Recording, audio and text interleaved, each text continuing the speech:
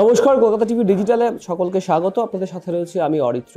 America Venezuela আক্রমণ করার পর পশ্চিম এশিয়ার আরো এক দেশ এবার বিপদে পড়েছে। কি বিপদ, কেমন বিপদ বলবো আপনাদের। আমেরিকা ভেনেজুয়েলা আক্রমণ করার পর এবার ঘোর সংকটে পশ্চিম এশিয়ার আর এক দেশ।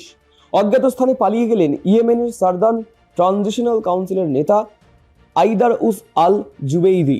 তিনি কোথায় পালিয়ে গিয়েছেন এখনো জানা যায়নি। সৌদি আরব নেতৃত্বাধীন জোট মুহুর্মুহু রকেট বর্ষণ করেছে ইয়েমেনে। এরপরেই জুবেইদি পালিয়েছে বলে জানা যাচ্ছে। তবে তিনি এডেনে আছেন বলে দাবি সৌদি নেতৃত্বাধীন জোটের। সেখানে সৌদি নেতৃত্বাধীন জোট 15 রাউন্ড বোমা বর্ষণ করেছে বলেও খবর পাওয়া যাচ্ছে। দক্ষিণ ইয়েমেনের বিরাট অঞ্চল সাদার্ন ট্রানজিশনাল কাউন্সিল নিয়ন্ত্রণ করেছে, আর সেই সাদার্ন ট্রানজিশনাল কাউন্সিলের প্রধান জুবেইদি। তিনি প্রেসিডেন্সিয়াল লিডারশিপ কাউন্সিলের ডেপুটি চেয়ারম্যানও ছিলেন। প্রেসিডেন্সিয়াল লিডারশিপ কাউন্সিল আসলে ইয়েমেনের কিছু গোষ্ঠীকে নিয়ে গঠিত, যারা আন্তর্জাতিক স্বীকৃতিপ্রাপ্ত সরকার হিসেবে কাজ করছিল এতদিন।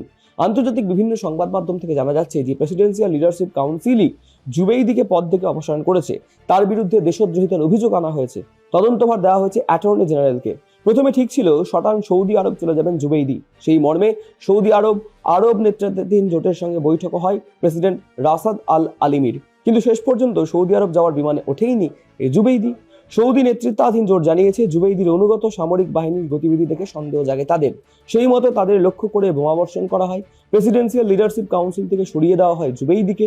দেশদ্রোহিতার অভিযোগ খতিয়ে দেখে তদন্তের নির্দেশ দেওয়া হয়েছে। এতে জুবেইদির রাজনৈতিক কেরিয়ার সমাপ্ত হতে চলেছে বলেই ধরে নেওয়া হচ্ছিল। কিন্তু কে এই আল দারুস আল জুবেইদি? সেনার অফিসার থেকে এডেনের গভর্নর হন জুবেইদি। পরবর্তীতে প্রেসিডেন্সিয়াল লিডারশিপ কাউন্সিল এবং প্রাক্তন প্রেসিডেন্ট আবাদ রাব্বু মনসুর হাদির সঙ্গে হাত মেলান। কিন্তু তিনি যে বড় কিছু করতে চান তা স্পষ্ট বোঝা যায় 2016 সালে।